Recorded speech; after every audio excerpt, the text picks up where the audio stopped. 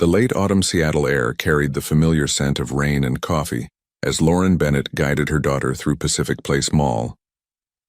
Emma's small hand was warm in hers, their matching mother-daughter scarves dancing in the climate-controlled breeze. It had been 5 years since she'd last walked these halls, but some things never changed. The gentle murmur of shoppers, the soft piano music drifting from Nordstrom, the way her heart still skipped whenever she caught a whiff of that particular coffee blend. "Mommy, look, they have unicorn books." Emma's excited squeal pulled Lauren from her thoughts. Her daughter's blue-green eyes sparkled as she pointed toward the bookstore's window display, her chestnut curls bouncing with each hop. Lauren smiled, adjusting the professional-looking messenger bag on her shoulder. "We can check them out after Mommy's meeting, Sweet Pea. Remember what we talked about?" "Uh-huh." Emma nodded solemnly, her small face serious. "You have to talk to the other kid doctors about helping more children feel better in their hearts." She placed her tiny hand over her chest, mimicking the gesture Lauren often used with her young patients. Something warm bloomed in Lauren's chest. At 4, Emma already showed such emotional intelligence. Perhaps too much. Sometimes Lauren wondered if her daughter had inherited more than just her therapeutic inclinations. They made their way toward the mall's central atrium, where the Seattle Children's Psychological Association was holding its annual conference. Lauren hadn't planned on attending, hadn't planned on returning to Seattle at all. But Dr. Richardson's invitation to speak about her groundbreaking work with trauma-affected children had been too important to decline. "Ms. Bennett," a familiar voice called out. "Over here." Lauren turned to see Olivia Chen, the conference coordinator, waving from beside a coffee cart. The irony wasn't lost on her. Of all the hundreds of coffee shops in Seattle, they had to meet next to this one. "Just a minute," Lauren called back, kneeling to Emma's level. "Sweetie, we're going to talk to Ms. Olivia for a moment. Remember what we practiced?" Emma straightened her little denim overall dress and nodded. "Best behavior, inside voice, and if I get tired, I can read my special book." Lauren pressed a kiss to her daughter's forehead, breathing in the sweet smell of children's shampoo and innocence. "That's my girl." They walked toward Olivia, weaving through the mid-afternoon crowd. Lauren's practical heels clicked against the marble floor, the sound nearly drowned out by the mall's ambient noise. She was reaching for her conference badge when it happened. The sound of shattering ceramic cut through the air. Lauren's head snapped up instinctively and time seemed to freeze. Standing not 10 feet away, surrounded by the remains of what must have been a coffee cup, was Ethan Walker. He looked different, softer somehow, with his dark hair slightly longer than she remembered his former CEO suits replaced by dark jeans and a charcoal Henley. But his eyes, those storm cloud blue eyes that had once held her entire world, were exactly the same. And they were fixed, not on her, but on Emma. Lauren felt her throat close up. This wasn't happening. This couldn't be happening. Not here, not now, not when she'd finally rebuilt her life from the ashes of what they'd once been. "Mommy?" Emma's voice wavered, picking up on the sudden tension. "Who's that man?" The question hung in the air like smoke, and Lauren watched as every emotion she'd spent 5 years running from crashed across Ethan's face. Recognition, shock, understanding, pain. He took a step forward, coffee forgotten, his eyes darting between Lauren and the little girl who was his mirror image. "Lauren?" His voice was rough, like he'd been drowning for years and had just broken the surface. "Is she—" Lauren's instincts kicked in. Protection mode. The same one that had made her flee Seattle with nothing but a hastily packed bag and a broken heart. She scooped Emma up, despite her being almost too big for such gestures now. "We have to go," she managed to say to Olivia, who stood frozen beside the coffee cart, clearly sensing the magnitude of what was unfolding. "I'm sorry, I can't, I'll email you." "Lauren, wait." Ethan's voice carried the weight of 5 years of questions. "Please." But she was already moving, her heart thundering against her ribs as she carried Emma toward the nearest exit. Her daughter's arms wrapped around her neck, small face pressed against her shoulder. "Mommy?" Emma whispered against her neck. Why are you scared? Lauren's vision blurred with unshed tears as she pushed through the revolving doors into the Seattle. Rain, I'm not scared, baby, she lied. Flags her first cab in 5 years on these streets. Sometimes grown-ups just need a minute to be brave. As the taxi pulled away from the curb, Lauren caught a glimpse of Ethan in the mall's glass doors. One hand pressed against the transparent barrier between them. He looked exactly how she felt, like someone who'd just found something precious only to watch it slip away again. Emma's weight in her arms was both comfort and accusation. 5 years of secrets, of half-truths, of bedtime stories that carefully skirted around the daddy-shaped hole in their lives. All of it threatened to collapse under the weight of a single chance encounter. The rain streaked down the cab's windows, blurring the Seattle skyline into a watercolor of grays and blues. Lauren held Emma closer, knowing with crushing certainty that this time, running wouldn't be enough. Because now Ethan knew, and if she remembered anything about the man she'd left behind, it was this. When Ethan Walker set his mind on something, especially something he loved, he never let go. The taxi turned onto Pike Street, and Lauren closed her eyes, feeling her carefully constructed world begin to unravel. The past, it seemed, had finally caught up with her, bringing with it all the questions she'd never dared to ask, and all the answers she'd never stayed to hear. Ethan Walker stood motionless in Pacific Place Mall long after Lauren and Emma disappeared through the revolving doors. His coffee lay forgotten at his feet, a dark pool spreading across the marble floor like spilled ink, like the words he'd never gotten to say 5 years ago. "Sir?" A young janitor approached with a mop. "Are you okay?" The question jarred him back to reality. Okay? He'd just discovered he had a daughter, a beautiful little girl with his curls and Lauren's grace. How could anything ever be okay again? "I'm fine," he managed, reaching for his wallet. "Let me help clean." "Don't worry about it." The janitor waved him off, already working on the spill. Happens all the time. But this wasn't just another spilled coffee. This was the moment his world tilted on its axis for the second time in 5 years. Ethan's feet carried him automatically through the mall's familiar corridors, past his own coffee shop, the morning after, and out into the rain-soaked streets of Seattle. The city hadn't changed much in 5 years, but he had. Gone was the ambitious CEO who measured success in quarterly reports and acquisition deals. In his place stood a man who found peace in the simple art of brewing perfect coffee and writing stories that would never see the light of day. His phone buzzed in his pocket, probably Russell, his manager, wondering why he'd abandoned their supplier meeting. Ethan ignored it, letting muscle memory guide him through the wet streets until he found himself standing outside his old office building, 5th and Madison. 72 stories of glass and steel reaching into the cloudy Seattle sky. This was where it had all fallen apart, though he hadn't known it at the time. He could still see Lauren standing in his office doorway that last morning, beautiful in her navy dress, her hand unconsciously resting on her stomach. Pregnant. He now realized with a punch of clarity. She'd brought him lunch, said she loved him. He'd been too busy with acquisition papers to really look at her. The next day, she was gone. One text message. "I can't do this anymore. Please don't try to find me." But he had tried. God, how he'd tried. Private investigators, social media searches, calling every hospital and psychology practice on the West Coast. Lauren had vanished like morning mist, leaving him with nothing but questions and a growing suspicion that he'd missed something vital. His phone buzzed again. This time he looked. "Russell." "Where are you?" Henderson's asking about the Brazilian shipment. "Ethan. Emergency. Personal. Handle it." "Russell. Everything okay?" "Ethan. No. Taking the rest of the day. You're in charge." He pocketed his phone and headed toward Pioneer Square, to the one person who might understand what he was feeling. The rain intensified, but Ethan barely noticed. His mind was too full of Emma's curious eyes and Lauren's terrified expression.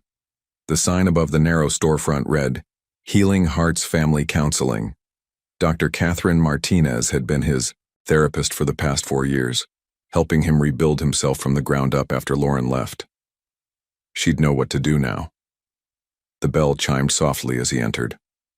Catherine looked up from her desk, one glance at his face telling her everything she needed to know. "Cancel my next appointment," she told her receptionist, rising from her desk. "Ethan needs the hour." Inside her office, Ethan sank into the familiar leather chair, running his hands through his rain-dampened hair. "I saw them today," he said, without preamble. "Lauren and my daughter." Catherine's intake of breath was the only indication of her surprise. "Tell me everything." So he did. About the spilled coffee, about Emma's curls that matched his own, about the way Lauren had looked both exactly the same and completely different. "She has to be about 4, he concluded, voice rough. "Which means Lauren was pregnant when she left. She was carrying my child and I never knew. What kind of father doesn't know?" "The kind who wasn't given the chance to know," Catherine said gently. "Ethan, this is a lot to process. What are you feeling right now?"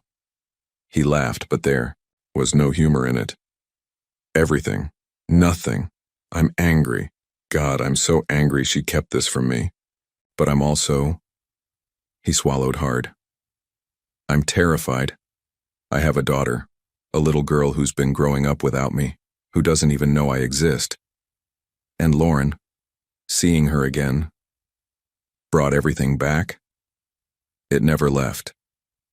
Ethan stood, pacing the office like a caged animal.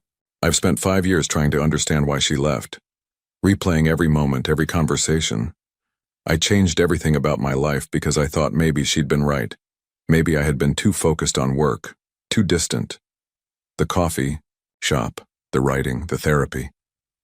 It was all about becoming someone worthy of the love she gave me. And now I find out there was so much more at stake." Catherine watched him carefully. "What do you want to do?" "I want answers." Ethan stopped pacing, his resolution crystallizing.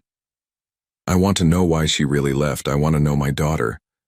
I want—" He closed his eyes, the truth rising up like dawn. "I want my family." "And how do you plan to approach this?" "Carefully. Lauren looked terrified today. If I push too hard, she'll run again." He sank back into the chair. "She's here for some kind of conference, I heard that much. Which means she'll be in Seattle for at least a few days. I can use that time to figure out how to talk to her." "And if she refuses to talk?"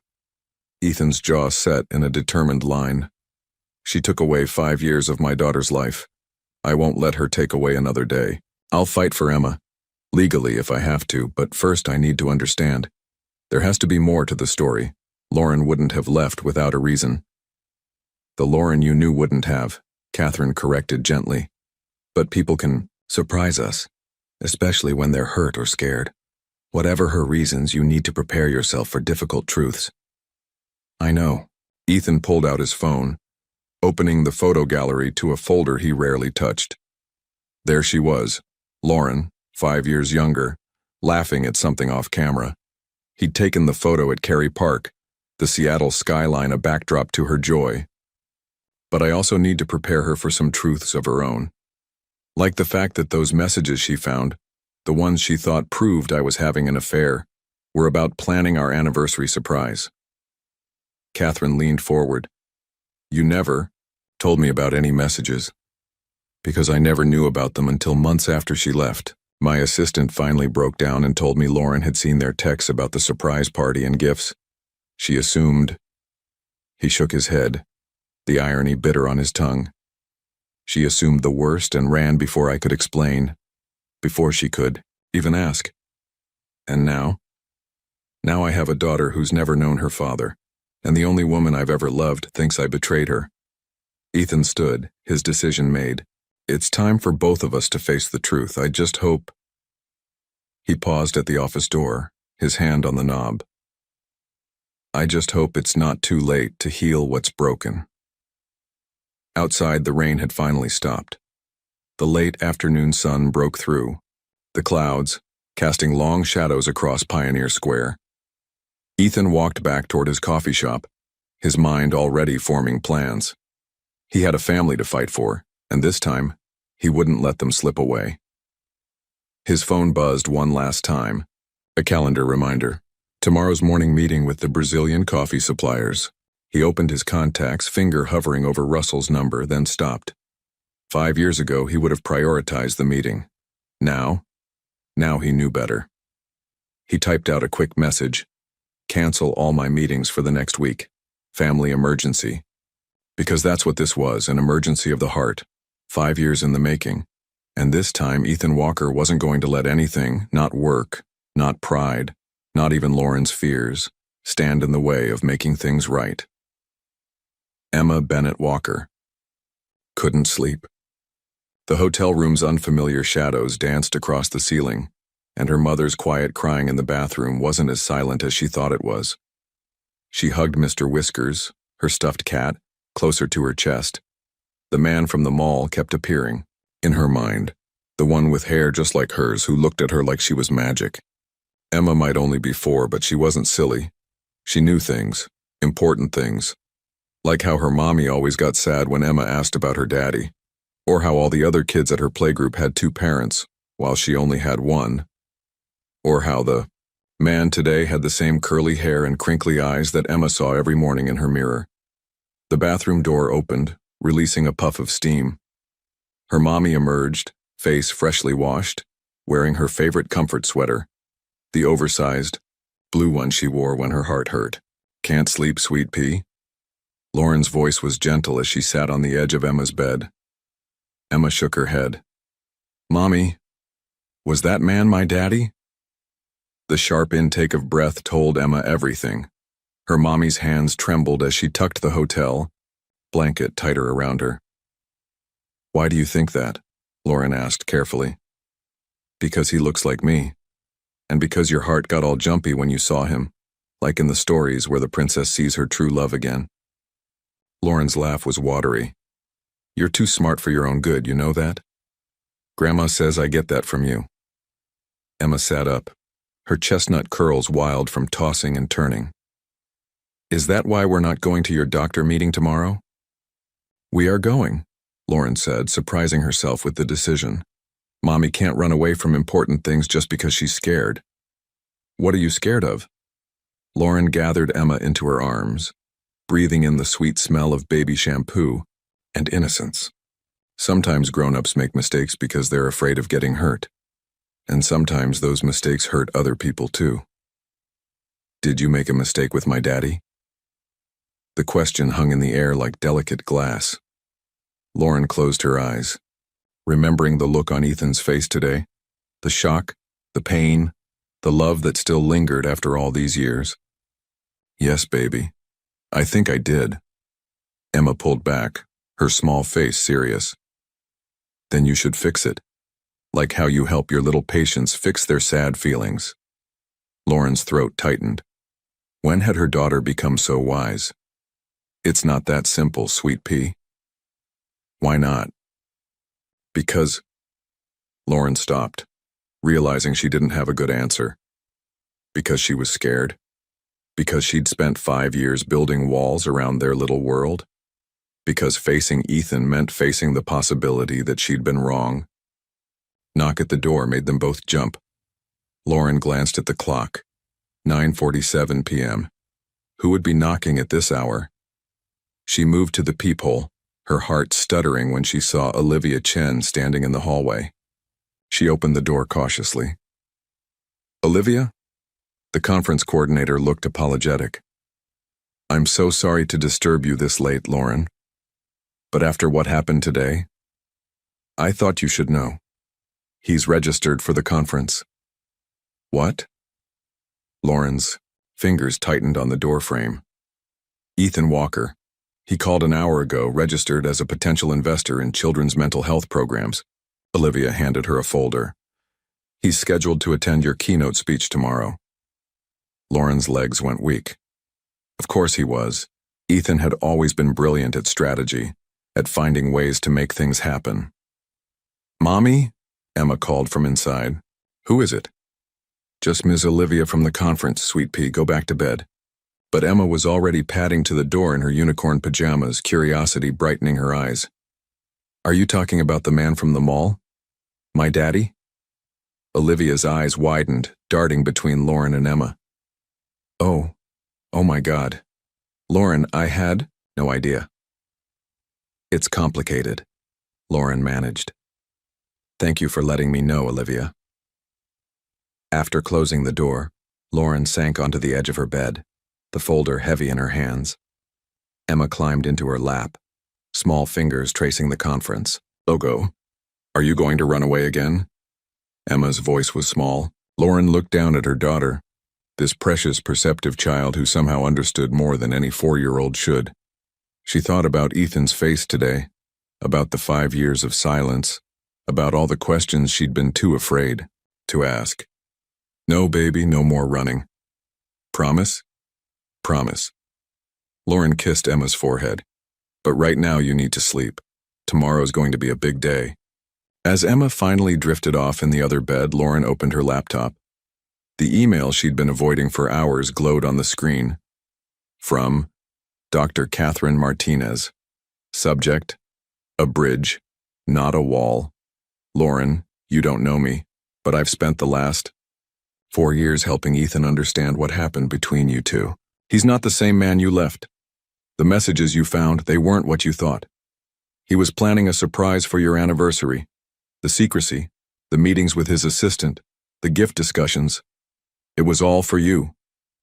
I'm breaking every therapeutic confidence telling you this, but seeing you today broke something in him that took years to repair. He has a right to know his daughter, and you have a right to know the truth. He'll be at your speech tomorrow. Please, give him 10 minutes, that's all he's asking for. You've both spent 5 years building walls. Maybe it's time to build a bridge instead. Dr. Catherine Martinez." Lauren closed the laptop, her vision blurring. The messages, the ones that had confirmed her worst fears, had been about an anniversary surprise.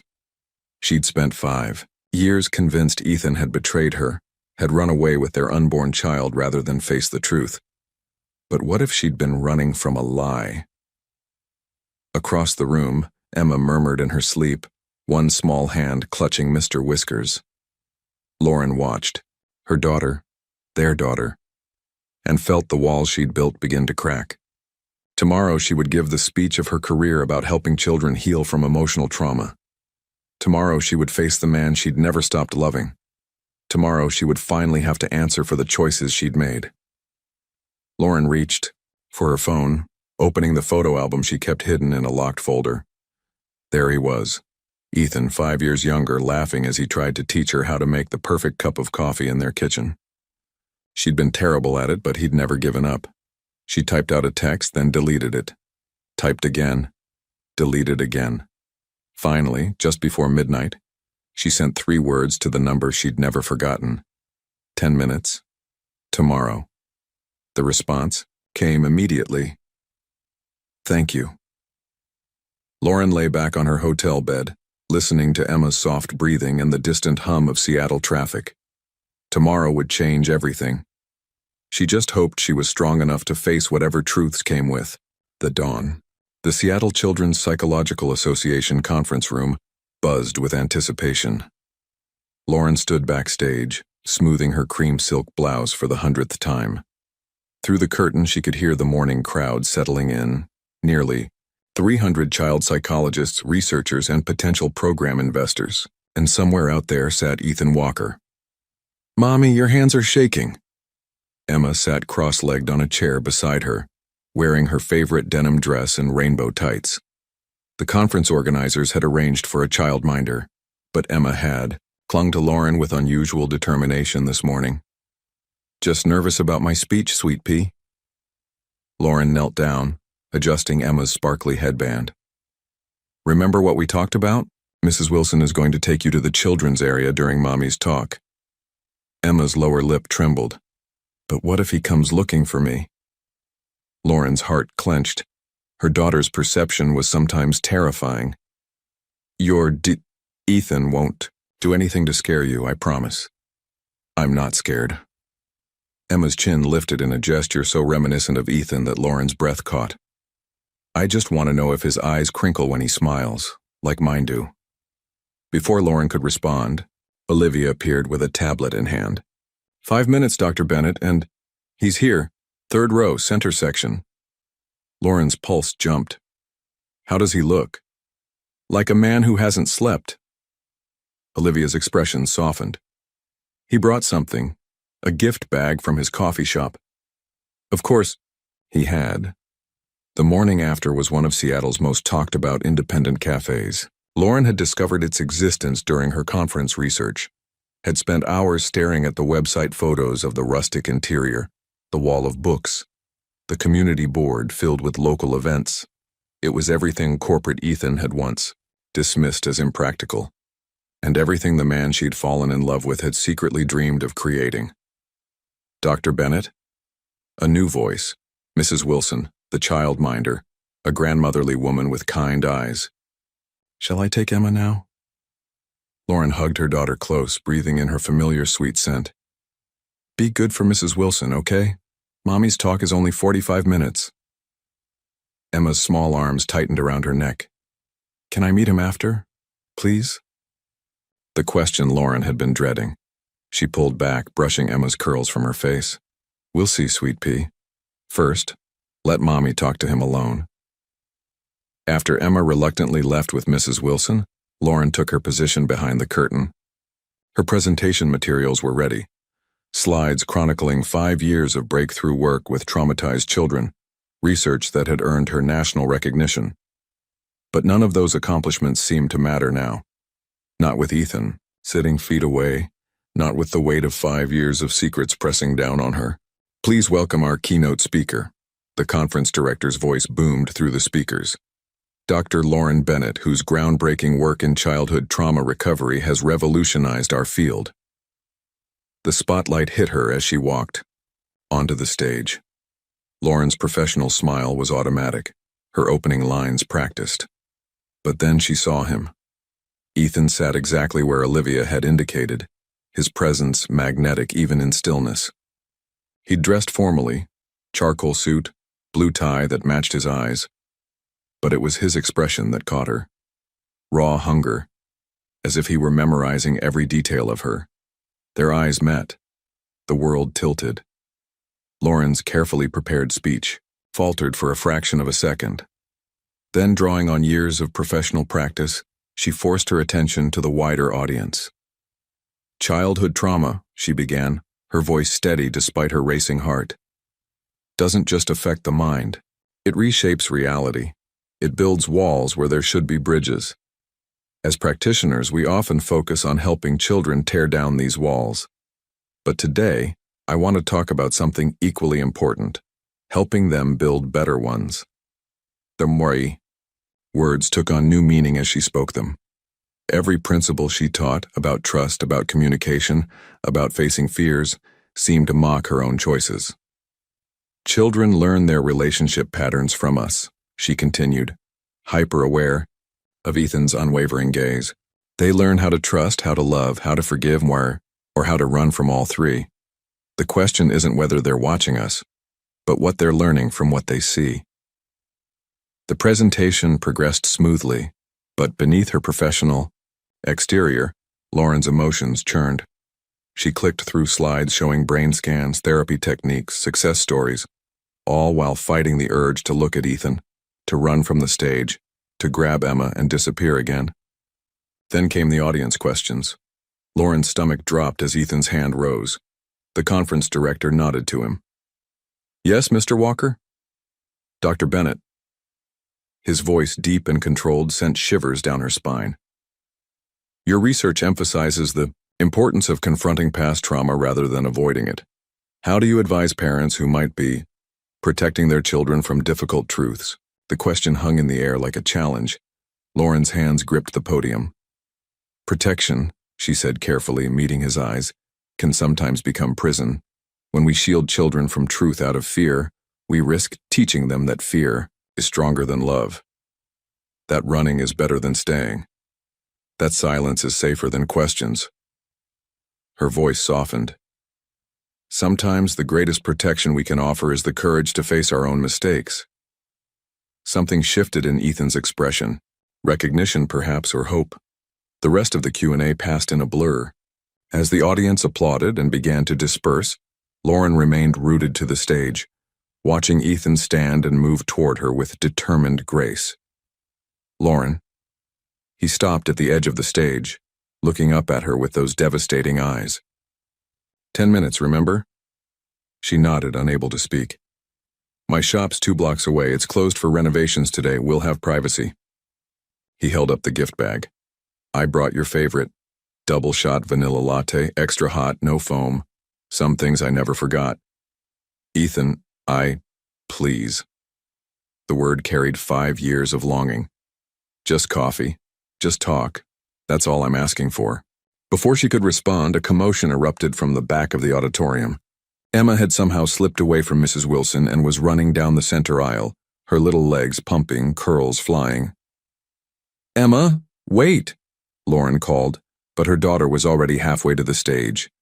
She watched in frozen panic as Emma stopped, directly in front of Ethan, tilting her head back to study him with those matching eyes. Do your eyes crinkle when you smile? She demanded, hands on her tiny hips.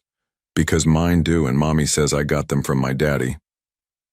The gift bag slipped from Ethan's fingers, coffee cups tumbling onto the carpet. He dropped to one knee, bringing himself to Emma's level, and smiled. A real smile that transformed his entire face and, yes, crinkled the corners of his eyes exactly like their daughter's. They sure do, little one, he managed, voice rough with emotion. They sure do. Lauren's legs gave out. She sank onto the edge of the stage, watching her carefully constructed walls crumble as her past and present collided in a single, perfect smile. The morning after coffee shop was nothing like Lauren had imagined. Gone were the sleek lines and corporate minimalism of Ethan's past. Instead, warmth radiated from exposed brick walls lined with overflowing bookshelves, mismatched vintage armchairs, clustered around reclaimed wood tables, and local artists' work hung in elegant frames. Emma ran straight to a children's corner filled with stuffed animals and picture books, her earlier shyness forgotten. Look, Mommy, they have Franklin the turtle. Your favorite when you were little, Ethan said softly, and Lauren's head snapped up. He smiled sadly. I remember you telling me about reading those books as a kid. When I opened this place, I made sure to stock them. The weight of everything he'd carried, every memory, every lost moment, hung heavy in the air between them. Mrs. Wilson can watch her here, he continued, gesturing to where the childminder had followed them in. The staff break room has a perfect view of the reading corner. Lauren nodded, her throat tight. Emma, Sweet Pea, Mommy, and your daddy need to talk.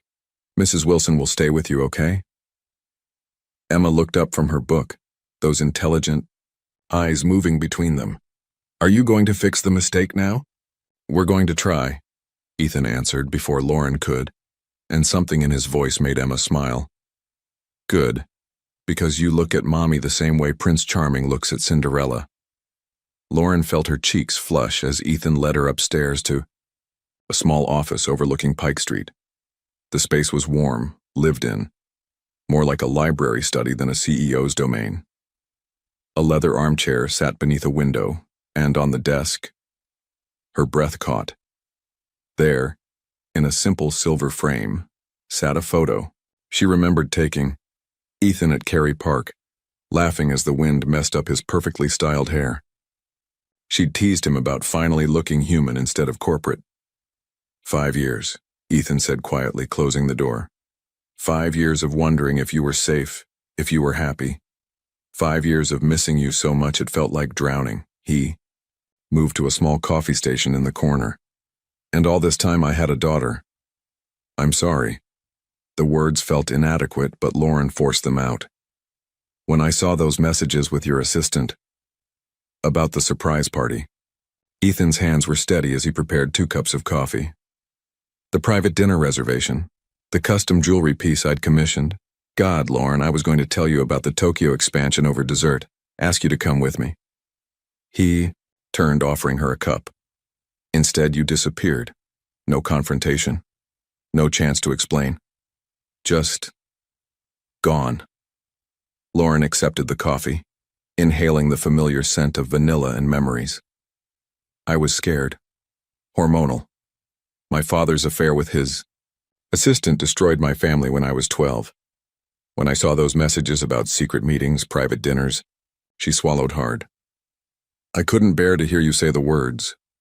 Couldn't bear to see pity in your eyes, so I ran. With our child. There was no accusation in his voice, only pain. Lauren, how could you think I wouldn't want her? That I wouldn't move heaven and earth to be her father? Because the Ethan I knew lived for his career. Corner office, global expansion, 60-hour weeks. She gestured around the office. Not this. This? A hint of his old smile touched his lips. This is who I always was beneath the suits and spreadsheets. You knew that better than anyone. He moved to the window, looking out at the busy street below. When you left, it broke something in me. Made me question everything. Dr. Martinez helped me realize I'd been living someone else's dream. My father's vision of success. So you opened a coffee shop. I opened a home. He turned back to her. A place where people connect, where stories matter more than stock prices. Every morning I make coffee and think about how you used to burn it. Every time a young mom comes in with a baby, I wonder if you were showing then, if you were scared, if you had someone to hold your hand, through morning sickness and cravings. Lauren's eyes burned. I had my mom. She's the only one who knew about Emma's father. She wanted me to tell you, but you were protecting your heart. Ethan set his coffee down and moved closer, close enough that she could smell his familiar cologne. Lauren, I need to know, did you ever love me enough to fight for us? Or was it easier to believe I'd betrayed you? I loved you so much it terrified me. The truth spilled out like water through cracked glass. Every morning I see you in Emma's smile. Every time she laughs, I hear your voice. I've spent 5 years running from how much I still... She stopped, pressing her lips together. Still what? His voice was hoarse. Say it, Lauren. After 5 years, don't we deserve the truth? Still love you, she whispered. God help me, Ethan, I never stopped. He closed his eyes, swaying slightly as if her words had physical weight. When he opened them again, they were bright with unshed tears. Then let me be her father. Let me be in her life, in both your lives. Not to pick up where we left off, but to build something new, something honest. A small noise from the doorway made them both turn. Emma stood there, Mr. Whiskers clutched to her chest, Mrs. Wilson hovering apologetically behind her. I'm sorry, the childminder started. She was so quick. But Emma was already moving straight to Ethan. She looked up at him with those matching eyes and asked, If you're my daddy, does that mean you'll read me stories? Real daddy stories, with all the funny voices? Ethan knelt down and Lauren saw his hands trembling as he reached out to smooth their daughter's wild curls. Every story you want, princess. Every voice you can imagine. Promise? Cross my heart. Emma studied him with that serious expression Lauren knew so well. Then, with the simple acceptance only a child could offer, she climbed into his lap and opened her book. Start with Franklin. He's scared of the dark like me sometimes. Lauren watched as Ethan gathered their daughter close, his voice breaking slightly as he began to read. 5 years of missed bedtime stories, of lost moments and silent prayers, wrapped up in one perfect scene. She sank into the leather armchair, cradling her cooling coffee, and let herself imagine a future where Emma's eyes would crinkle with joy at the sight of both her parents. Where bedtime stories would have all the funny voices, where mistakes could be forgiven and love could be brave enough to stay. Outside the window, Seattle's eternal rain had finally stopped. Sunlight broke through the clouds, casting warm shadows across the office floor, across their new beginning. The next few days passed in a blur of stolen moments and careful negotiations.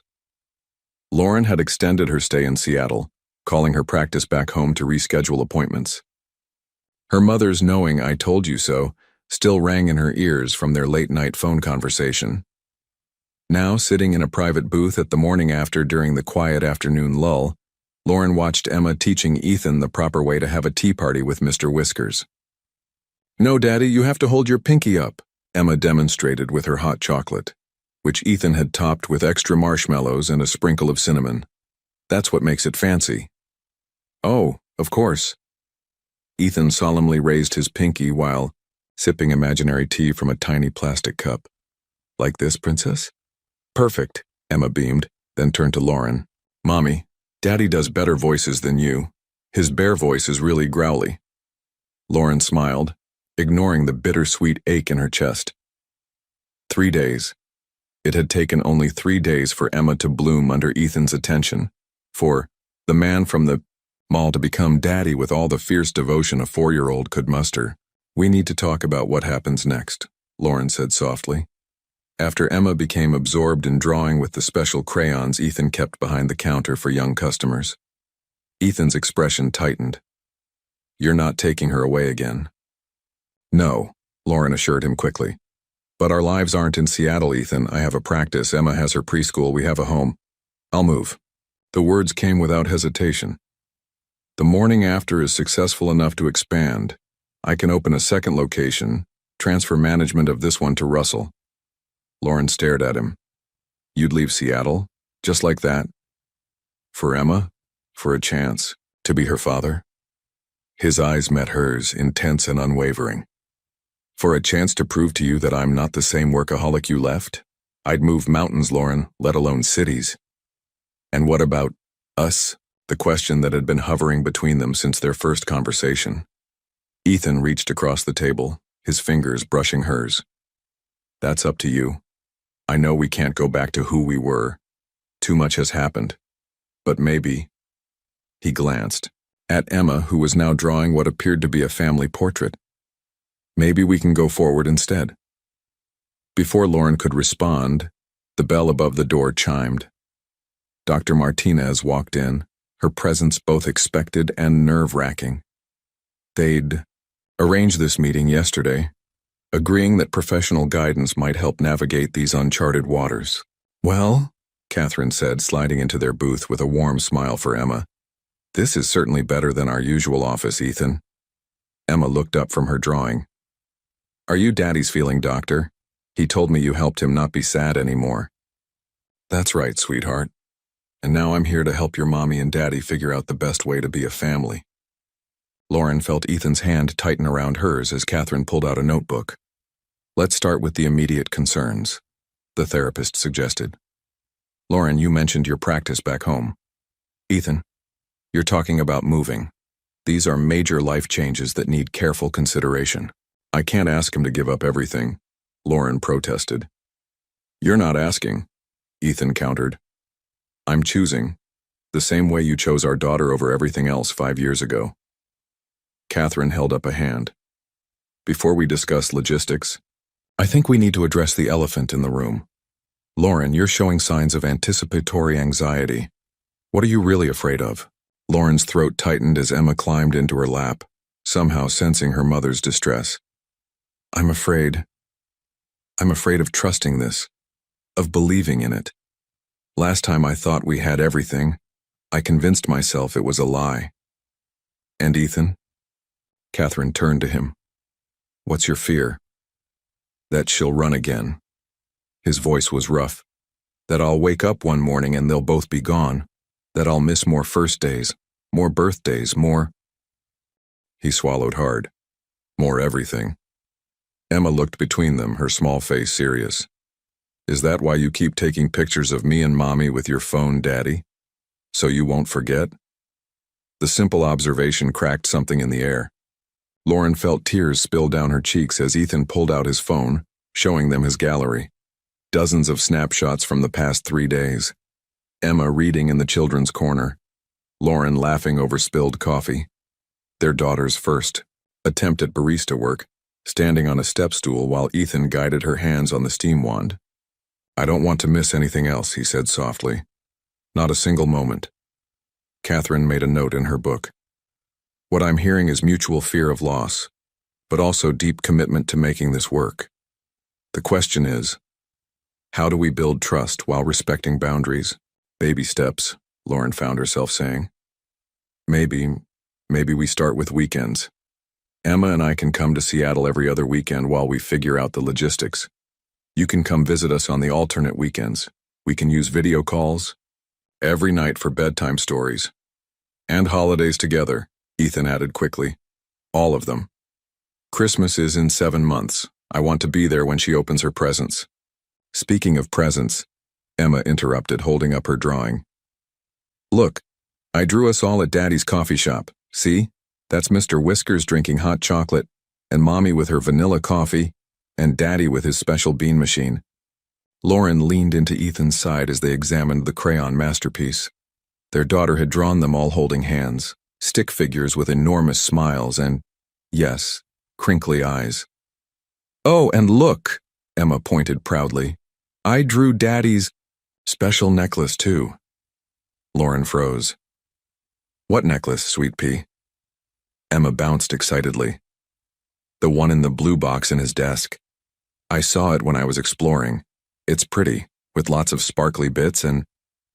Emma Grace, Ethan interrupted gently, but his ears had turned red. Remember what we said about grown-up private things? Lauren turned to him slowly. Ethan, what's she talking about? He ran a hand through his hair, a nervous gesture she remembered well. I may still have the anniversary gift I never got to give you. The one your mother helped me design with birthstones for both our birth months and space for… He cleared his throat. Space for future editions. Catherine closed her notebook with a knowing smile. And on that note, I think my work here is done for today. Shall we schedule our next session for next week? Perhaps at my office this time? But Lauren barely heard her. She was too busy staring at Ethan, at the man who had kept her anniversary gift for 5 years, who had filled his coffee shop with her favorite books, who looked at their daughter like she was every dream he'd never dared to voice. You really never gave up on us, did you?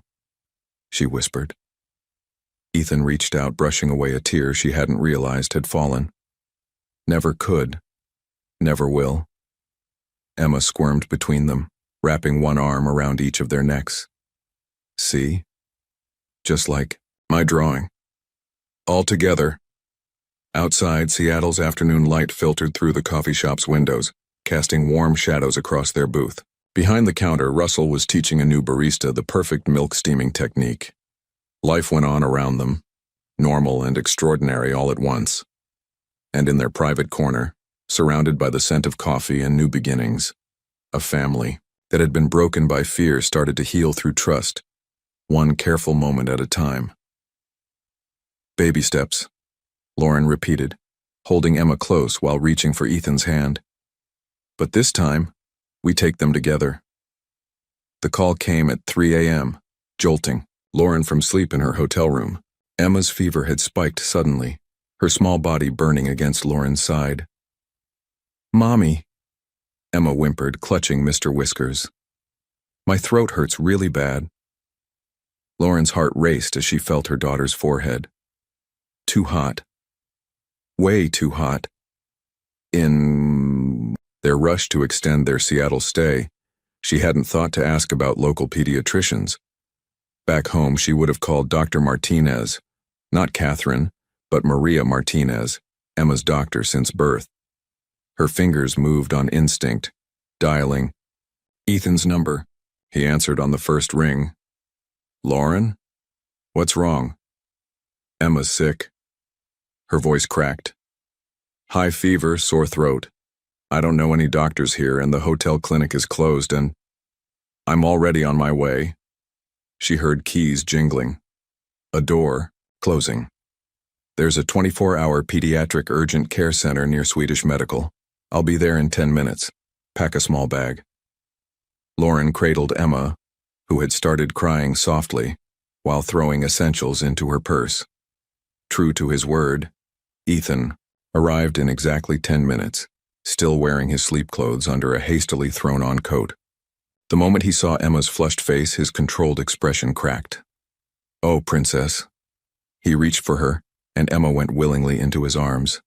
Daddy's got you. The drive to urgent care was tense, filled with Emma's quiet whimpers and Lauren's worried glances at the rearview mirror. Ethan drove one-handed, his other hand reached back to hold Emma's small fingers. "I should have been more careful," Lauren whispered. "She was tired yesterday, but I thought it was just excitement from all the changes." "Hey." Ethan's voice was gentle. "Kids get sick. It happens. What matters is we're handling it together."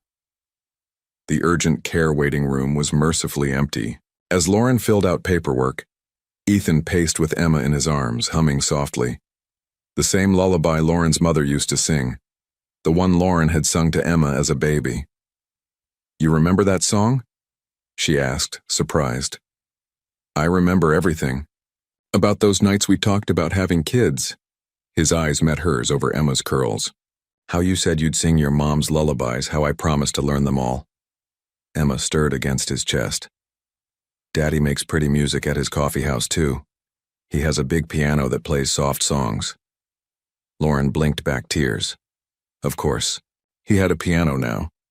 Music had always been his secret passion, carefully hidden beneath corporate suits and boardroom presentations. The doctor who examined Emma was wonderfully patient, explaining that it was likely strep throat. As she wrote out prescriptions and care instructions, Emma refused to let go of either parent's hand. Both Mom and Dad should monitor her temperature, the doctor advised, smiling at their united front. "Alternate Tylenol and ibuprofen, plenty of fluids. The antibiotics will help, but she'll be contagious for 24 hours. No preschool or public places." "She can stay at my place," Ethan said immediately. "I have a guest room and the apartment above the coffee shop is quiet. I can work from home." "Our hotel room is too small," Lauren found herself agreeing. "And she needs space to rest properly." Emma's eyes lit up despite her fever. "A sleepover at Daddy's house?" The drive to Ethan's apartment was surreal. Lauren sat in the back with Emma while Ethan stopped at an all-night pharmacy, returning, with medications, juice, popsicles, and a new stuffed animal, a little coffee-colored bear wearing a barista apron. His apartment surprised her. Like the coffee shop below, it was warm and lived in, with books everywhere and a baby grand piano taking pride of place near floor-to-ceiling windows. But what caught her breath were the photographs on the walls. Dozens of them, artistic, black and whites of Seattle life. Couples sharing coffee, children playing in parks, elderly pairs walking hand in hand. "You took these?" she asked, recognizing his eye for composition. "Photography class." He shrugged, carrying Emma to the guest room, part of the whole finding myself journey after everything. The guest room was already partially decorated for a child, with a nightlight casting star patterns on the ceiling and a bookshelf full of children's titles. "I've been preparing," he admitted, catching her questioning look. "For when you both visited, I wanted her to have her own space here." They worked in quiet synchronization, giving Emma medicine, setting up a humidifier, taking her temperature. When she finally drifted off to sleep, they found themselves in Ethan's kitchen, the dawn light starting to peek through the windows. "I'll make coffee," he offered, reaching for his professional-grade machine. "Wait." Lauren caught his arm. "That song you were humming earlier, you really learned all of them? All the lullabies I talked about?" His hand stilled on the coffee grinder. "Lauren, I learned everything you ever mentioned wanting for our future children. I learned to cook mac and cheese 6 different ways, because you said it would be your go-to comfort food for sick kids. I bought that piano because you talked about wanting our children to grow up with music in the house." He turned to face her. "Even when you were gone, I couldn't stop preparing to be the father you always believed I could be." Lauren moved closer, drawn by the raw honesty in his voice. "You're already an amazing father, Ethan. The way you handled tonight, I've never felt less alone in taking care of her. You're not alone anymore." His hand came up to cup her cheek. "Neither of you are." A small noise from the guest room made them jump apart. Emma stood in the doorway, fever-flushed but smiling, slightly. "Can we have a family sick day?" she asked hopefully, "with movies and soup and Daddy's piano songs?" Lauren looked at Ethan, saw her own answer reflected in his eyes. "Of course, sweet pea, Daddy will call his manager." Already texting Russell, Ethan said, pulling out his phone. The shop can handle one day without me. They ended up on Ethan's oversized couch, Emma tucked between them with her new bear, promptly named Mocha, and Mr. Whiskers sharing her pillow. Ethan played soft melodies on the piano between doses of medicine. Lauren made her mother's secret recipe chicken soup from ingredients she found perfectly stocked in Ethan's kitchen. "You know," Emma said during a quiet moment, her voice hoarse but happy, "being sick isn't so bad when you have both a mommy and a daddy to make it better." Lauren met Ethan's eyes over their daughter's head, seeing her own revelation mirrored there. This moment of shared worry and care, of midnight drives and fever checks, of lullabies and soup, this was what they'd been missing. Not just the happy moments, but the scared ones too. The real ones. The ones that turned 3 separate lives into a family. As Emma drifted off again, Lauren felt Ethan's hand find hers behind the couch cushions. Outside, Seattle's eternal rain tapped against the windows, a gentle accompaniment to their daughter's steady breathing. Sometimes she realized it took a fever to break more than just illness. Sometimes it took a crisis to show you exactly where you belonged. Emma's fever had broken, but another kind of storm was brewing. Lauren sat in Dr. Martinez's office, the custody agreement draft trembling in her hands. Across the room, Ethan paced like a caged lion, his shoulders tight with tension. "I'm not agreeing to this." His voice was controlled, but Lauren heard the undertone of fear. "Every other weekend isn't enough. I've missed 4 years of her life, Lauren. 4 birthdays, 4 Christmases, 4 first days of school. Which is exactly why we need to take this slowly." Lauren stood, her own emotions rising. Emma's entire world has changed in 2 weeks. She needs stability, routine. She needs her father. The outburst hung in the air between them. Dr. Martinez leaned forward in her chair, her expression calm despite the tension crackling through her office. "Let's take a step back," she suggested. "Ethan, express your fears without accusation. Lauren, listen without defending." Ethan ran a hand through his hair, a gesture Lauren now recognized as his attempt to regain control. "Every morning," he began, his voice rougher than usual, "I wake up terrified that yesterday was a dream, that I'll go downstairs to open the shop and there won't be Emma's drawings on my fridge or her special hot chocolate mug behind the counter or—" he swallowed hard, "or the sound of both of you laughing over breakfast." Lauren's throat tightened. The past 2 weeks had created a routine none of them had planned. After Emma's illness, it had seemed natural to extend their hotel checkout, to spend mornings at the morning after, to let their daughter experience having both parents in the same space. "I understand that fear," she said softly. "But Ethan, our lives aren't here.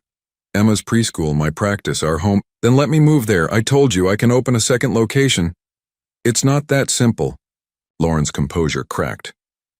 "You have a life here, a successful business, a community. I can't let you uproot everything for us. What if—" She wrapped her arms around herself. "What if it doesn't work? What if we try and fail and Emma gets hurt worse than before?" Understanding dawned in Ethan's eyes. "You're not protecting Emma from change," he said quietly. "You're protecting yourself from hoping." Before Lauren could respond, a knock at the door interrupted them. Catherine's assistant entered with an apologetic smile. "I'm sorry, but there's a situation at the coffee shop. Emma's quite upset." Lauren and Ethan moved as one, parental instincts, overriding their conflict. They found Emma in the morning after's children's corner, curled into a tight ball with Mr. Whiskers and Mocha clutched to her chest. Russell hovered nearby, looking distressed. "I'm so sorry," he said quickly. She was drawing happily, then saw a family outside, mom, dad, and kids all together. She just broke down. Ethan reached for Emma, but for the first time she pulled away. "Princess?" His voice cracked. "What's wrong?" "You're fighting." Emma's accusation struck them both like lightning. "I heard you on the phone last night, Daddy. You were mad about papers and visits, and Mommy was crying in the bathroom this morning." She looked up, her eyes swimming with tears. Is it because I got sick? Did I make everything bad? No, baby, no. Lauren dropped to her knees beside their daughter. Nothing is your fault. Then why can't we stay? Why do you want to take me away from Daddy again? The question pierced Lauren's heart. She felt Ethan kneel beside her, his presence both comforting and challenging. Emma, sweetheart, he began, but their daughter wasn't finished. I drew this. She thrust a crumpled paper at them. For my forever wish. Lauren smoothed out the drawing. With trembling fingers, Emma had depicted 3 scenes. One of her and Lauren in their old home looking sad, one of Ethan alone in his coffee shop also sad, and one of all 3 of them together, surrounded by coffee cups and music notes, with huge smiles and, yes, crinkly eyes. See? Emma pointed to the 3rd scene. That's my wish. All of us happy, no more crying in bathrooms or sad phone calls. Just family. Lauren felt tears spill down her cheeks as Ethan's hand found hers behind Emma's back. I have an idea, he said suddenly. But it's a big one. Really big. Lauren recognized that tone, the one he used to get when a brilliant business solution struck him. What are you thinking? The building next door is for sale. Prime location, historical. Architecture. What if we didn't choose between your practice and my coffee shop? What if we combined them? What do you mean? The morning after on the ground floor, your psychology practice on the 2nd floor, the top floor. His eyes held hers. The top floor could be home, all of us together. Not just every other weekend, not just holidays, every day. A family building. Emma's tears turned to excitement. Like my drawing. Lauren's mind raced. It was crazy, impulsive, completely unlike the careful plans they'd been making. But my lease is up in 3 months, she heard herself saying. And I've always wanted to expand into family therapy. Russell can manage this location, Ethan continued, warming to the idea. We'll create something new, something that combines both our dreams. A place where people find comfort in coffee and conversation, and healing in therapy and understanding. The morning after Family Center, Emma declared with 4-year-old certainty. For fixing broken hearts with coffee and love. Lauren looked around the coffee shop, at the walls of books, the community board full of local events, the corner where Emma had spent hours drawing her dreams. Then at Ethan, who had transformed himself from corporate CEO to community cornerstone, who had spent 5 years preparing for a family he wasn't sure he'd ever have. We'd need permits, she said slowly. Renovations. Time to transfer my patients. Is that a yes? Ethan's eyes lit with hope. That's a convince me more over dinner, Lauren replied, feeling a smile tug at her lips. A proper dinner with all 3 of us where we talk about this seriously. With ice cream after? Emma asked hopefully. With ice cream after, Ethan confirmed, pulling them both into his arms. And Princess? No more worrying about grown-up problems, that's our job. Promise you'll fix them, really fix them? Lauren met Ethan's gaze over their daughter's curls. We promise to try, sweet pea. Every day. Outside, Seattle's afternoon light painted the street gold, turning puddles into mirrors that reflected the sky. Through the coffee shop windows, Lauren could see the building next door, old brick and potential waiting to be transformed. Like them, Dr. Martinez's custody agreement lay forgotten in her office. Sometimes, Lauren realized, the best solutions weren't found in legal papers or careful plans. Sometimes they were found in children's drawings in coffee shops and in the courage to build something new from the pieces of what was broken. 3 months could change everything. Lauren stood in the empty building next door to the morning, after autumn sunlight streaming through newly cleaned windows. The space echoed with possibility, and the sounds of Emma's footsteps as she explored every corner. Mommy, look, Emma called from the staircase. The steps make magic sounds. The wooden stairs did indeed creak musically, each step a different note. Ethan appeared behind Lauren, hard hat in hand from his meeting with the contractors. "The building inspector says the bones are solid," he said, his voice warm with excitement. "We'll need to update the wiring and plumbing, but structurally, she's perfect." Lauren ran her hand along an exposed brick wall, feeling the history beneath her fingers. "It feels right, doesn't it, like it's been waiting for us?" "Like coming home," Ethan agreed, then hesitated. "Speaking of home, I found something while packing up my apartment. Something I think it's finally time to show you." He pulled a small blue velvet box from his pocket, the one Emma had discovered in his desk months ago. Lauren's heart stuttered. "Ethan, it's not what you think," he said quickly. "Well, it was, originally. But now it's something else. Something more." He opened the box. Inside lay not just the anniversary necklace Emma had mentioned, but a collection of tiny charms. A coffee cup, a golden key, a miniature book, and a delicate heart wrapped in what looked like protective wings. "Each one represents a piece of our story," Ethan explained, touching each charm. "The coffee for where we began and where we found each other again. The key for our new home. The book for all the stories we'll write together. And the heart." He swallowed. "The heart is wrapped in wings because sometimes love needs to fly away to find its way back stronger." Lauren felt tears spill down her cheeks as Ethan lifted the necklace. "May I?" She nodded, turning so he could fasten it around her neck. The charm settled against her collarbone, warm and weighted with meaning. "I've been adding to it over the years," he admitted. "Each time I missed you, each time I hoped, I'd find another charm that told our story." "Daddy!"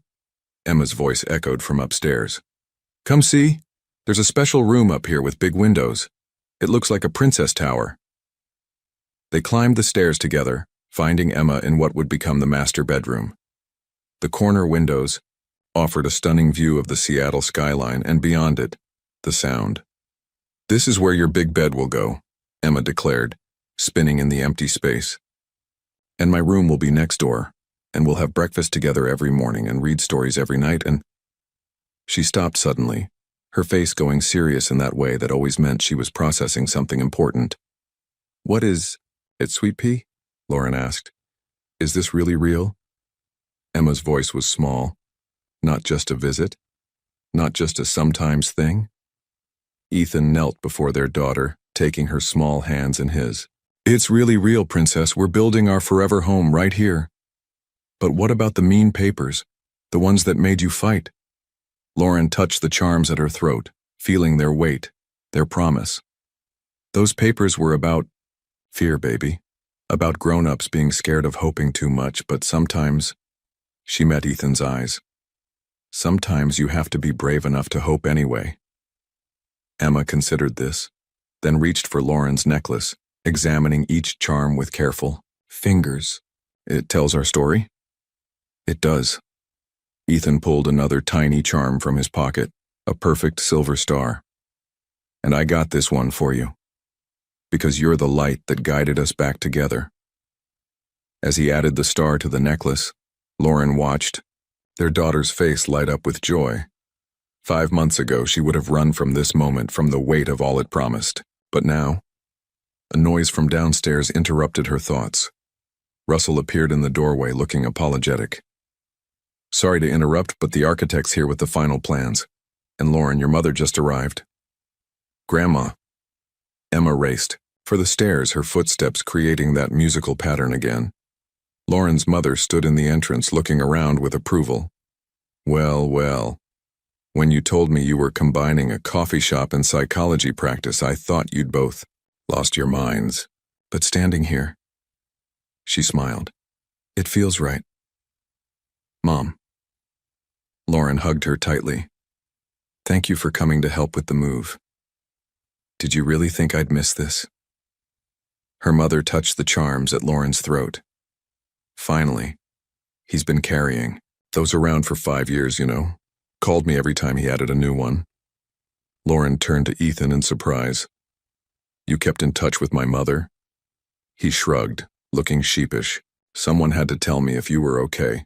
And she never lost faith that we'd find our way back.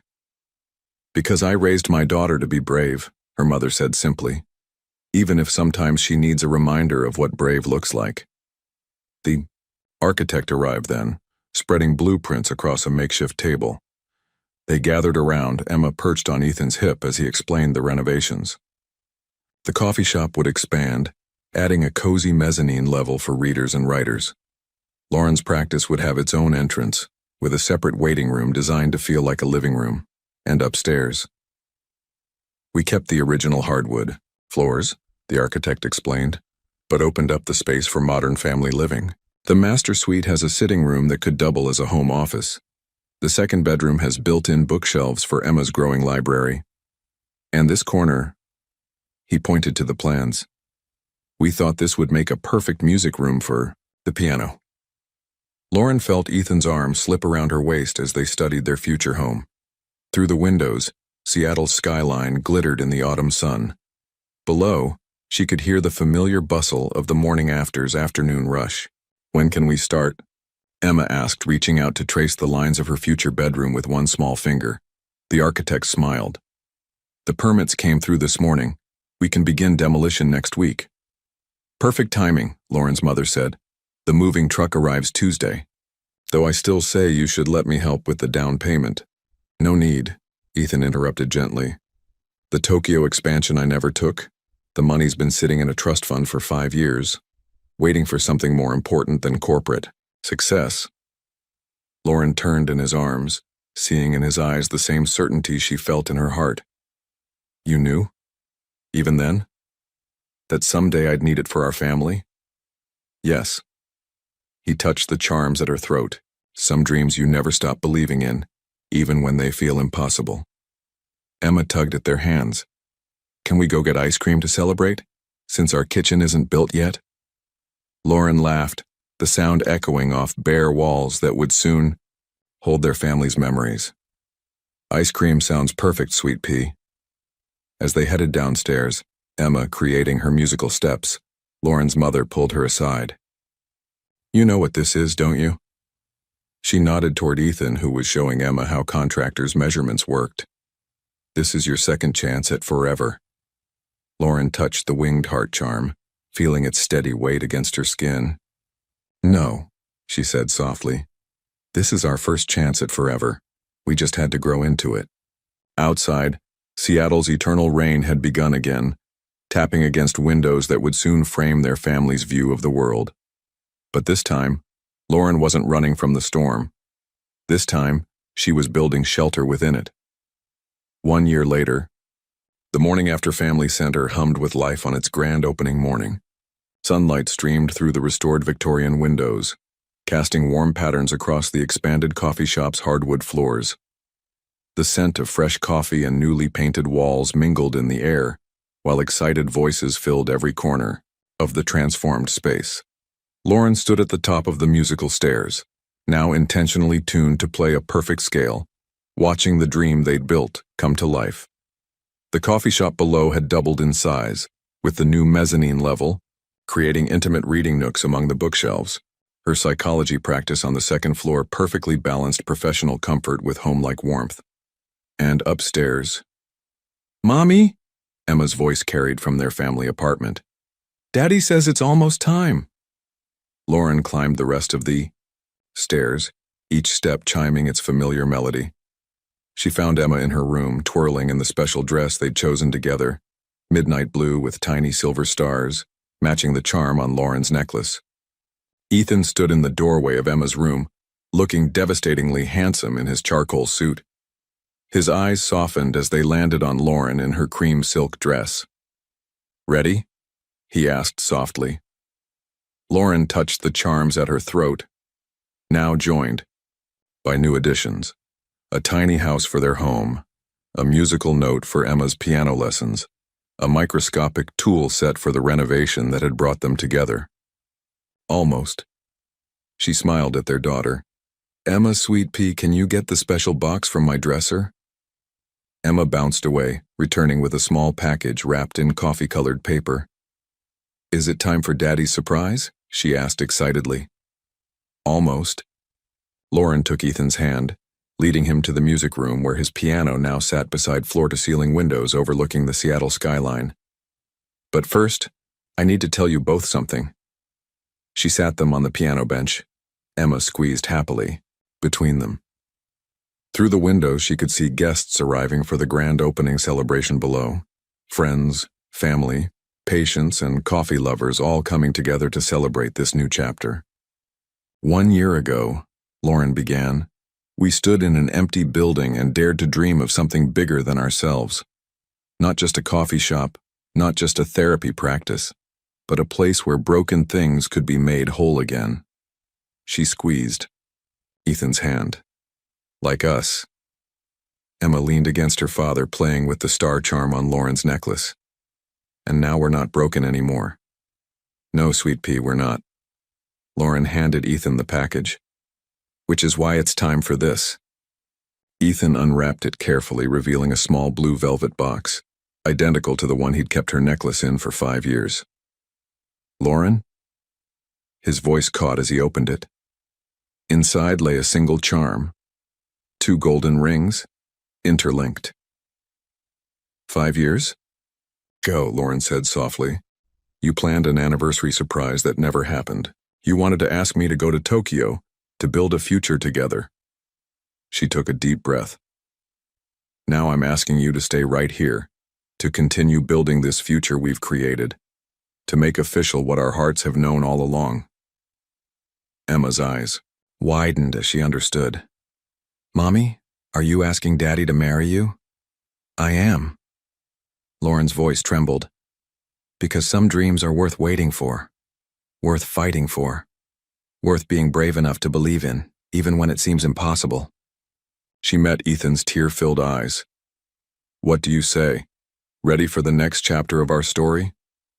Ethan's answer was to pull her close, kissing her with 5 years of longing and 1 year of renewed hope. Emma squealed between them, clapping her hands. He's saying yes, Mommy, just like in my drawing. They broke apart laughing as their daughter dug through her dress pocket, producing a carefully folded paper. It was her drawing from a year ago, the one of their sad separate lives and happy united future, but she'd added to it. Now there were wedding bells above their smiling figures, and music notes and cups of coffee, and books, and all the symbols of their shared life. I knew it would happen, Emma declared proudly. I knew we just needed time to fix everything. Ethan lifted the charm from its box, carefully adding it to Lauren's necklace. Time and courage, and a very wise little girl who never stopped believing in happy endings. A knock at the door interrupted them. Russell stood there, grinning. Sorry to break up the moment, but your guests are arriving and... He winked at Emma. The special surprise is ready. They made their way downstairs, Emma practically vibrating with excitement. The coffee shop had been transformed for the grand opening celebration. Fairy lights twinkled among the bookshelves. Tables held elaborate coffee and pastry displays, and in the center of it all, a coffee cup cake, Emma announced proudly to the gathered crowd. Because Daddy's coffee brought us back together. The towering creation was a masterpiece. Tiers of cake designed to look like stacked coffee cups, complete with edible steam spiraling upward.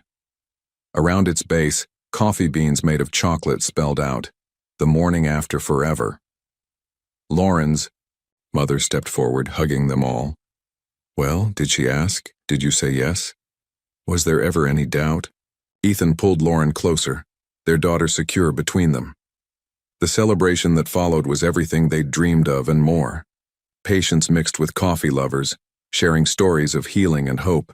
Children played in the specially designed corner, their laughter mixing with the piano music that drifted down from the mezzanine where a local jazz trio played. As evening fell, Ethan led Lauren to the center of the room. May I have this dance, future Mrs. Walker? Only if you promise to make me coffee every morning for the rest of our lives. Even though you still can't tell a latte from a cappuccino? Especially because of that. They swayed together as the music softened, watching Emma demonstrate her musical stares to a group of amazed children. Through the windows, Seattle's lights began to twinkle on, matching the fairy lights above. "Look," Emma called, pointing to the sky visible through the mezzanine windows. "A shooting star!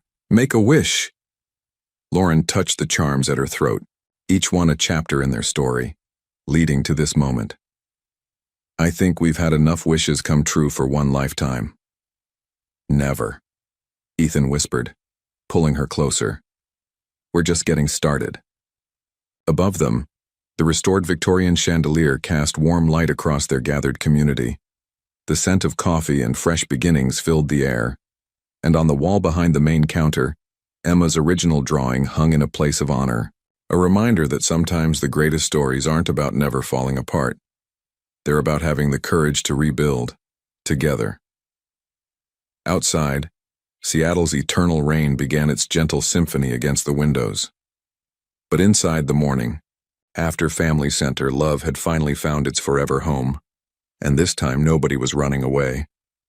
They were all running toward something better, a future built on trust, healing, and the kind of love that gets stronger with every morning after. Emma's voice rose above the celebration, clear and certain. And they all lived happily ever after, with lots of coffee. Lauren and Ethan's laughter joined their daughters, the sound echoing off walls that had witnessed their journey from broken to whole, from fear to courage, from running away to finding their way home. Because sometimes the best stories don't end with the end, they end with the beginning. And this was theirs. 5 years later. The musical stairs chimed a familiar melody as tiny feet raced up them, followed by the more measured steps of a now 9-year-old Emma. "Slow down, Christopher," she called to her 4-year-old brother. "The piano lesson isn't going anywhere." Lauren looked up from her therapy notes at her desk in the family room, smiling as her children passed. Through the open windows of their third-floor apartment, the sounds of the morning after Family Center drifted up, the hiss of espresso machines, the murmur of conversations, the gentle piano music that now played daily in the coffee shop below. 10 years. A decade since she'd run away. Half that time since she'd run back. The center had flourished beyond their dreams. The coffee shop had won local awards for its community programs, book clubs, music nights, and the special healing. Hearts gatherings where Lauren's patients could process their therapy in a safe, casual space. Her practice had expanded to include 3 other therapists, specializing in family healing and childhood trauma. "Mama," Christopher's voice carried from the music room. "Come listen." Lauren set aside her work, following the sound of piano notes, some confident, some hesitant, to find her son perched on Ethan's lap at the piano, his small fingers finding their way through Twinkle, Twinkle. Emma sat beside them, offering patient guidance to her little brother. "Look who's finally awake," Ethan said softly, nodding toward the bassinet in the corner. Lauren moved to peek at their youngest, 2-month-old Grace, named for both Emma's middle name and the grace that had brought their family back together. The baby slept peacefully, one tiny hand clutching the specially made charm from her siblings, a miniature piano with 3 small stars, representing all 3 children. "Did you tell them?" Lauren asked Ethan, touching the ever-growing collection of charms at her throat. "Tell us what?" Emma looked up from the piano keys. Ethan pulled an envelope from the piano bench. "Remember that story you wrote for school? About our family?" Emma nodded. She'd written about their journey, about separation and reunion, about coffee shops and musical stairs, about the courage to believe in second chances. "Well," Ethan continued, opening the envelope, "a children's book publisher wants to turn it into a real book, with illustrations and everything." Emma's eyes widened. "Really?" "Really?" Lauren confirmed. "They think other children have separated." Parents need to hear stories of hope, stories about families that find their way back together. Christopher, not fully understanding but catching the excitement, pressed a triumphant chord on the piano. The sound woke Grace, who didn't cry but simply opened her eyes, taking in her family with that peaceful awareness that reminded Lauren so much of Emma at that age. "Our story's going to be a real book," Emma whispered, moving to peer down at her baby sister. "Did you hear that, Gracie? Now everyone will know about the magic stairs and Daddy's coffee shop and how love can fix broken things. Lauren felt Ethan's arms slide around her waist as they watched their children. Emma explaining the future book to Grace with elaborate hand gestures. Christopher still picking out careful notes on the piano. "Any regrets?" Ethan murmured, against her ear. Lauren touched the original charm bracelet, the coffee cup, the key, the book, and the winged heart. Each one now tarnished with time, but more precious for it. Like their love, made stronger by the breaking and rebuilding.